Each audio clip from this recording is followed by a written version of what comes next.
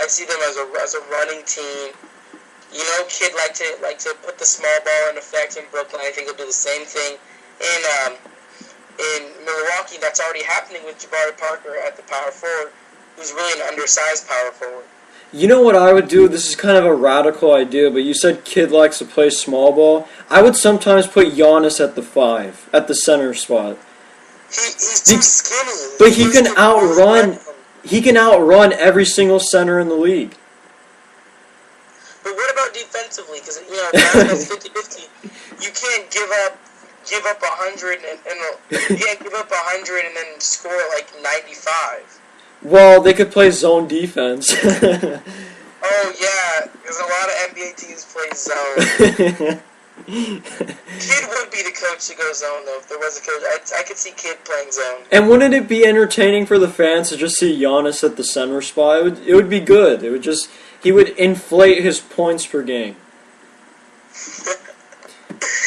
Gosh. Okay, let's go to the NFL. And you like the Patriots, I like the Patriots, but their offense just looks atrocious. They barely beat Oakland last week. That was disappointing. Is New England going to pick it up on offense, or is this going to be the offense we see all year? I really think it takes time. We know Gronk is not 100%. He's playing a little over half the snaps. Well, he did at least. In week 3, he played about half the snaps. So they're not all there yet. Edelman's the only guy who's really getting the ball because Gronk feels comfortable with Edelman and not with anyone else because, Amendola drop passes. LaFell is not, incorporating the offense yet. But this is a good week. I thought about this and said this last week. Oakland was a good week to get on track. I really think Kansas City, though, the very depleted defense, Patriots should easily take advantage of them.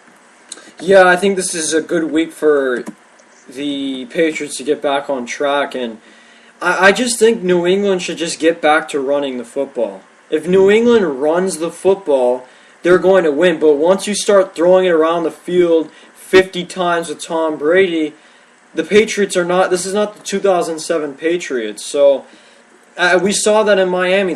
Brady threw it 50 times, they lost. So I think they should continue to go through the running game, and their defense is really good. So I think New England will get back on track.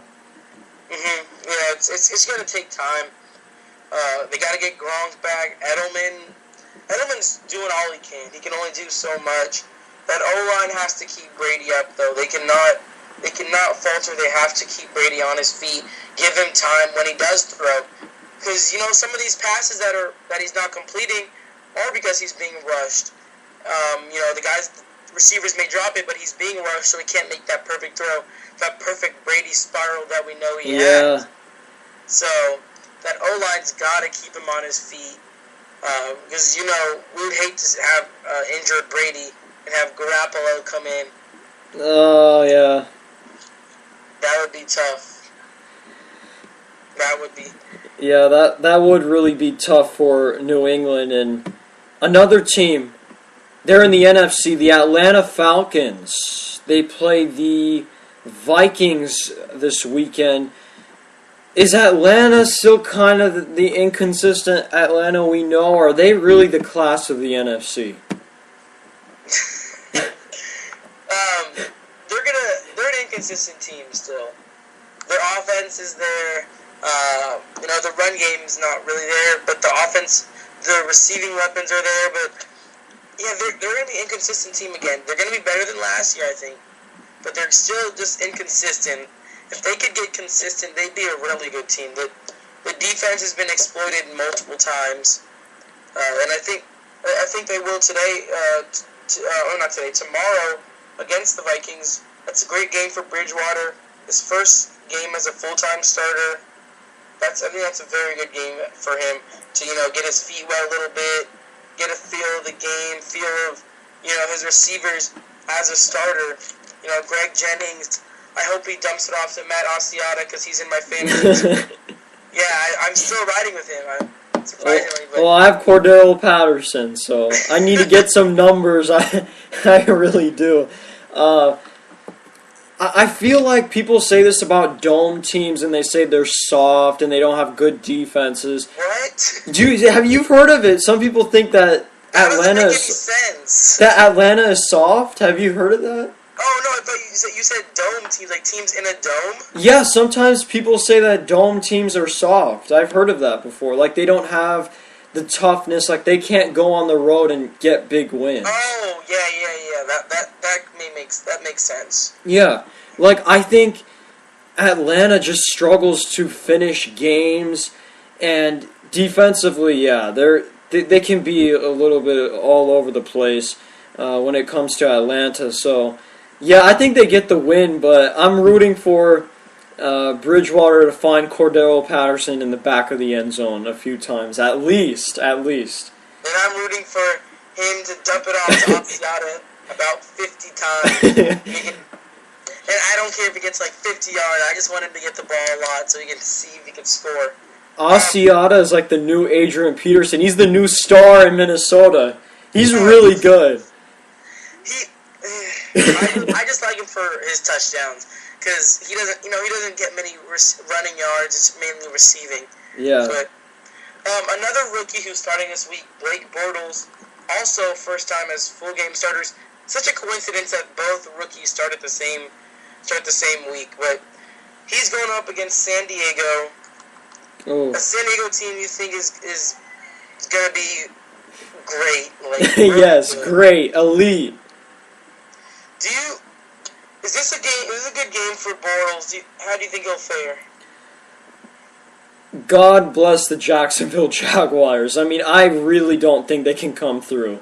I mean, it's nearly impossible for them to beat San Diego this week. They need literally a miracle, and they need Allen Hurns to turn into Jerry Rice. I don't think they can beat San Diego. And as good as Bortles is, he turns it over a little bit, and he does take some risks. And San Diego's such a opportunistic defense. I think San Diego gets a victory, and San Diego will prove to the entire NFL world that they are an elite team in the league. You don't think their win against Seattle was a fluke? No, that was pure. That was guts. That was Phillip Rivers' toughness and a defense that was so opportunistic. That was beautiful Chargers football. Wow. Cameron, I didn't know you were such a Chargers fan. Yeah, I am. I really do like San Diego, and I think Phillip Rivers doesn't get the credit he deserves. I like Phil. What do you think they're going to do this year? Do you think they'll go 10-6 or what? 10-6, maybe no, 11-5. Okay. But 12-4. Well, they have the next 8 games. It's the easiest stretch in the NFL. If they can get out there 6-2, then they'll be good. But come playoff time, you don't think they could beat Denver? No. I think they can. Denver's too good, Cameron. Denver isn't. I mean, I know they're not like unbeatable, but they're kind of in a class of their own in the AFC. I don't know if there's a team that's as good as them right now. I know that we're Patriots fans, and eventually, but right now, they're the best team in the AFC, and I don't know if San Diego has enough to stay with them. I think this. I think the Chargers were 8 points away from beating Denver last year. San Diego has improved so much, even more than Denver in my opinion, and I think Phillip Rivers is the only quarterback right now in the AFC that can match touchdown for touchdown with Peyton Manning. The one thing I worry about with that team is that they become too one-dimensional. Denver? San Diego. When you get so many injuries, when their backfield just got decimated. Yeah. We know their backfield got decimated in 2 weeks. It went from they have running back by committee to just Donald Brown's a feature back, and the reason I said they become one-dimensional is start less running the ball, more throwing. Opposing teams start catching on. Rivers starts throwing interceptions. But I don't think Rivers is the same guy. I think Rivers has become elite, and he's turned into this quarterback, this hot quarterback who can just make all these plays. I think Manning, as great as he is, when it comes playoff time, when the defenses start to get complex and it's not September and it's cold and he starts to get one-dimensional, he doesn't perform as well. And Phillip Rivers just has this great ability. To me, he's the most aware quarterback in the pocket. There's no guy like him. He just slips in between the cracks and he makes big plays. There's something magical at San Diego this year. They're like the team of destiny, They're the Cinderella story like March Madness. So you see them. Does San Diego have a chance to make it to the AFC Championship? Yes. Do you think they're better than Cincinnati, though? Yes. Because you think they're better than Cincinnati, who's looked flawless this year? Well, okay. Are you just talking about strictly playoffs or right now? I'm talking about playoffs. Playoffs, San Diego. San Diego's, to me, one of the toughest teams in the playoffs you have to play against. They have Mike McCoy, is one of the best coaches. They have one of the best quarterbacks in Phillip Rivers and an improved defense with finally a pass rush. And San Diego has been missing that, and they finally have it. So, I don't know. There's something special with San Diego this year. Okay, Cameron sees something in San Diego. Yes. A twinkle in every one of their players' eyes. Yeah. So you think they get the win against Blake Bortles led Jaguars team? We'll stay in the AFC, across the country to New York to the Jets.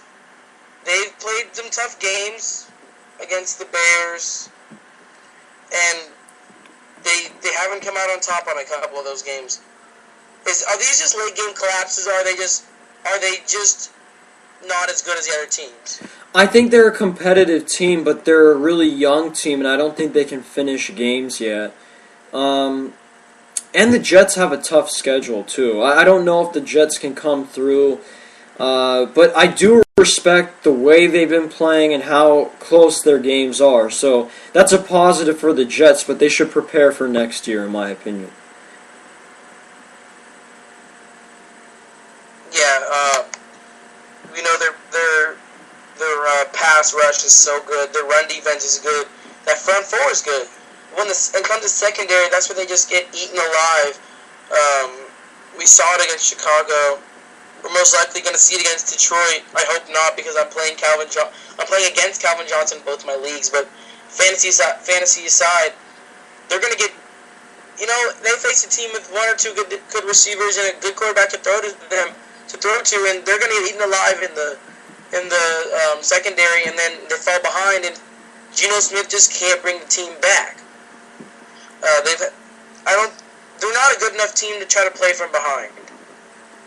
Yeah, I don't know if... Yeah, they're definitely not good playing from behind. I think they just need to keep it close, run the football with the great Chris Ivory, and just keep the thing close. Just keep the thing close and wait for Geno to pull some late-game magic. I mean, if that happens, then the Jets will look good and they'll get a victory.